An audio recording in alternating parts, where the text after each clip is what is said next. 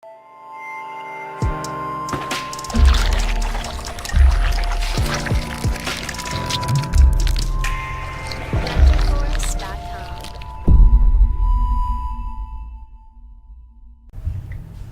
everyone, this is Amjad Ali and we are going to make a slider, a responsive slider and bow slider. तो सबसे पहले हम क्या करते हैं कि हम ओपन करते हैं बाउ स्लाइडर को। ठीक है जी।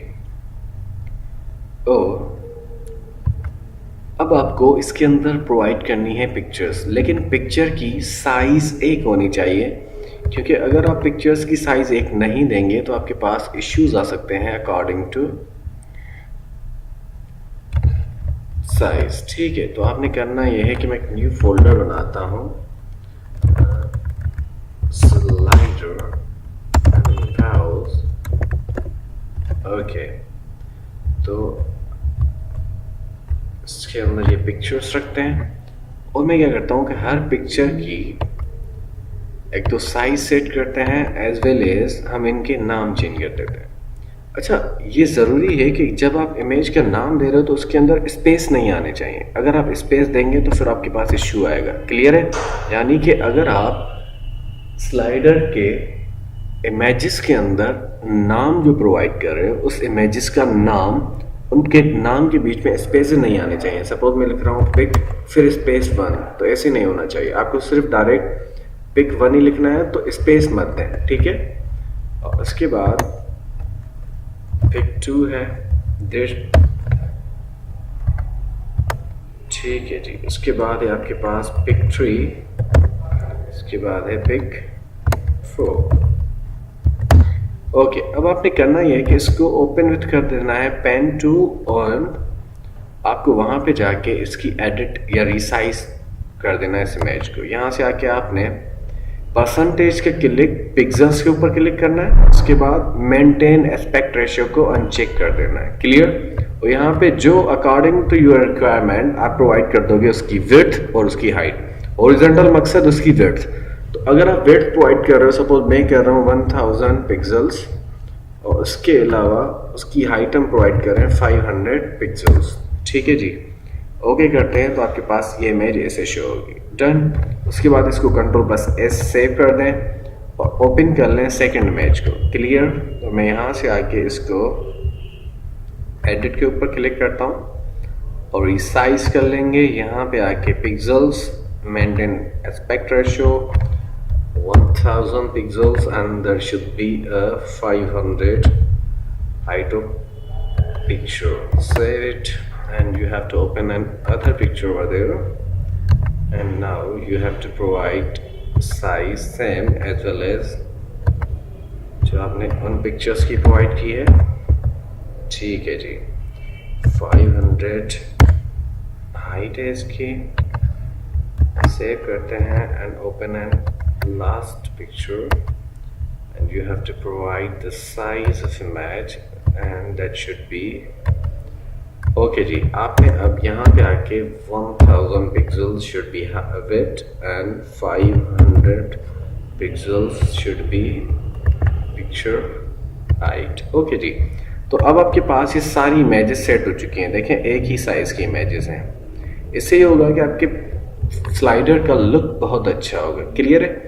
तो अब आपने तो यहाँ से ड्रैग करके ड्रॉप कर दें इमेजेस वाउ स्लाइडर के अंदर। क्लियर? या दूसरा भी ये है कि आप, ठीक है, दूसरा भी ये है कि आप पिक्चर्स जैसे आप वाउ स्लाइडर को ओपन कर रहे हैं, यहाँ से आके आप एड इमेजेस कर सकते हो। क्लियर है? एड इमेजेस आपको गूगल से, आप कहीं से भी इंटरनेट से डाउनलोड कर सकते हो वाउ स्लाइडर का सॉफ्टवेयर। ठीक है जी। और आप यहाँ से आके ओके, तो हम पिक्चर्स प्रोवाइड कर देते हैं। ये हमारी पिक्चर्स हैं। ओपन करते हैं इसे। ठीक है। अच्छा, ये अब आपके पास इमेजेस शो हो रही हैं, तो अब यहाँ से आके इसको प्रोवाइड कर दें इफेक्ट्स। ठीक है जी। और अब आपने करना यह है कि यहाँ पे आप देखो ये इफेक्ट्स हैं। अब यहाँ पे आके मल्टीपल इफेक्ट्स यूज़ कर लें, तो मल्टीपल से ये होगा कि हर पिक्चर पे एक अलग इफेक्ट प्रोवाइड हो जाएगा। ठीक है जी। या आप मोर सेटिंग्स में जाके यहाँ पे आके सारी चीज़ें कर सकते हैं। आपने यहाँ पे आके वो साइज़ प्रोवाइड करनी है, यानी कि आपके स्लाइडर की साइज़ क्या होनी चाहिए। तो स्लाइडर की साइज़ आपको एज इट इज़ प्रोवाइड करनी है जो आपने इमेज की साइज़ दी है। क्लियर? तो आपने कस्टम साइज़ में जाना है यहाँ पे, क्योंकि हमारे पास ऐसी कोई साइज़ नहीं है जो हमने वहाँ पे विड्थ और हाइट प्रोवाइड की है। ठीक है, तो आप फर्स्ट प्रोवाइड करेंगे उसकी विड्थ, वो थी आपके पास 1000 पिक्सल और उसकी हाइट थी 500 पिक्सल्स। ठीक है जी।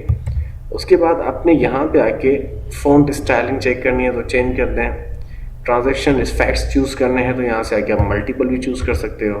ठीक है जी, और चेक कर लें जो आपको अच्छे लगे। ठीक है, मैं मल्टीपल कर देता हूँ कि वो ऑटोमेटिक चेंज होते रहेंगे। अच्छा, अब आपकी टू इमेजेस के बीच में स्लाइड्स के या आप इमेजेस के बीच में कितना डिले देना चाह रहे हो, तो हम यहाँ पे 2 सेकंड्स कर सकते हैं, 1 सेकंड कर सकते हैं, आपकी मर्जी है। मैं कर देता हूँ 1 सेकंड का डिले, 1.5 या 4। ठीक है, उसके बाद इफेक्ट ड्यूरेशन कितनी होनी चाहिए, हम 3 सेकंड या 2.8 कर देते हैं। ठीक है, उसके बाद यहाँ से आके आपने चूज़ करना है टेम्पलेट कौन सा होना चाहिए। ठीक है जी, तो सपोज हम चूज़ कर लेते हैं दिस वन। ठीक है, उसके बाद आपने यहाँ से आके कर देना है अप्लाई, और अप्लाई करने के बाद आपने पब्लिश कर देना है इसको। यहाँ पे देखें, पब्लिश कर लोगे आप, फिर आप इसको बताओगे कि इसको कहाँ पे सेव करना है। तो मैं यहाँ पे इसको प्रोवाइड कर देता हूँ डेस्कटॉप पे। हम एक न्यू फोल्डर बना देते हैं, न्यू स्लाइडर के नाम से। ठीक है जी, उसके बाद आपने न्यू फोल्डर रहने देते हैं। ओके, उसके बाद हम इसको कर देते हैं पब्लिश। अच्छा जी, ये अब बन चुका है और आपको ये शो हो रहा है। ठीक है, अब ये अप्लाई तो हो गया, लेकिन इसके ऊपर देखें हर एक इमेज के ऊपर वाटर मार्क आ रहा है। तो हम चाहते हैं कि हमारे पास ये वाटर मार्क ना है। क्लियर? तो इसको हटाने के लिए हमें एक काम करना पड़ेगा कि चलो मैं इसको कर देता हूँ क्लोज। ठीक है जी, और अब आपके पास ये देखें न्यू स्लाइडर के अंदर आपके पास वही इमेज स्लाइडर आ चुका है। क्लियर? अब मैं चाहता हूं कि मेरे पास स्लाइडर के ऊपर ये जो आपके पास वाटर मार्क आ रहा है, मुझे उसको हटाना है। क्लियर? तो आपने इसको हटाने के लिए करना यह है कि आप जो आपने अभी पिक्चर सेव की थी ना, जो हमारे पास थी यहाँ पे पिक्चर्स, और ये देखें इन पिक्चर्स को यहाँ से करना है कॉपी, और कॉपी करने के बाद आपने जाना है उस स्लाइडर वाले फोल्डर के अंदर और जाना है फिर डेटा वन के अंदर। अच्छा, डेटा वन के अंदर पड़ी हैं इमेजेस, उसको ओपन करें, सिलेक्ट ऑल करके पेस्ट कर लें उनको। तो आप उन इमेजेस की जगह पे रिप्लेस कर लेंगे वो इमेजेस जो आपने प्रोवाइड की थी वाव स्लाइडर को। ये याद रहे कि उन इमेजेस के नाम और उनकी विड्थ हाइट एक ही होनी चाहिए जैसे आपने प्रोवाइड की थी। क्लियर है? ठीक है जी, आप यहाँ से आके रिप्लेस कर दो। अच्छा, ये करने के बाद भी आपके पास वो जो आपके पास वाटरमार्क शो हो रहा है वो नहीं हटेगा। तो आपको एक दूसरा काम ये करना है कि आपने एडिट हमें जाना है। अच्छा, ये करने के बाद भी आपकी सारी चीज़ें नहीं हटेंगी, तो उसके बाद आपको करना यह है कि आप जाएंगे इंजन वन के अंदर और उसके बाद आपके पास है वाव स्लाइडर डॉट जेएस। इसको ओपन कर लें। इसके अंदर जाके आपको फाइंड करना है, Ctrl+F के थ्रू फाइंड करें और आपने 4 टाइम 0 लिख देना है। 0 फिर स्पेस फिर 0 फिर स्पेस फिर 0। अच्छा, उसके बाद आपने कोई स्पेस नहीं देना, यानी कि लास्ट 0 के बाद आपने कोई स्पेस नहीं देना। ठीक है, फाइंड नेक्स्ट कर देना। अच्छा, जैसे फाइंड नेक्स्ट करेंगे आपको ये यहाँ पे शो कर देगा। क्लियर? और अब आपने मार्जिन और पैडिंग एक साथ फाइंड करने हैं, तो आपको यहाँ पे मिल जाएंगे। देखें, ये है पैडिंग और ये है मार्जिन। ठीक है, ये मार्जिन और पैडिंग के बिल्कुल बीच में यहाँ पे देखें आप एक दूसरा कॉमा लगा रहे हैं यहाँ पे, और इसके बीच में आपने लिखना है डिस्प्ले डबल कोट्स के अंदर नन। क्लियर? आप डिस्प्ले नन लिख दोगे और सेव कर दोगे इसको। अच्छा, सेव करने के बाद आपने उस फाइल को ओपन कर देना और आप देखेंगे कि उसका वाटरमार्क हट चुका है। देखें, इसका वाटरमार्क हट चुका है। ठीक है, तो आपके पास ये स्लाइडर रेस्पॉन्सिव भी है। यहाँ से आके आप जैसे इसकी साइज कम करेंगे तो according to size web browser size आपका वो स्लाइडर सेट होता रहेगा। एज वेल एज जैसे आप साइज बढ़ाते रहेंगे वो ऑटोमेटिक एडजस्ट होता रहेगा। क्लियर है?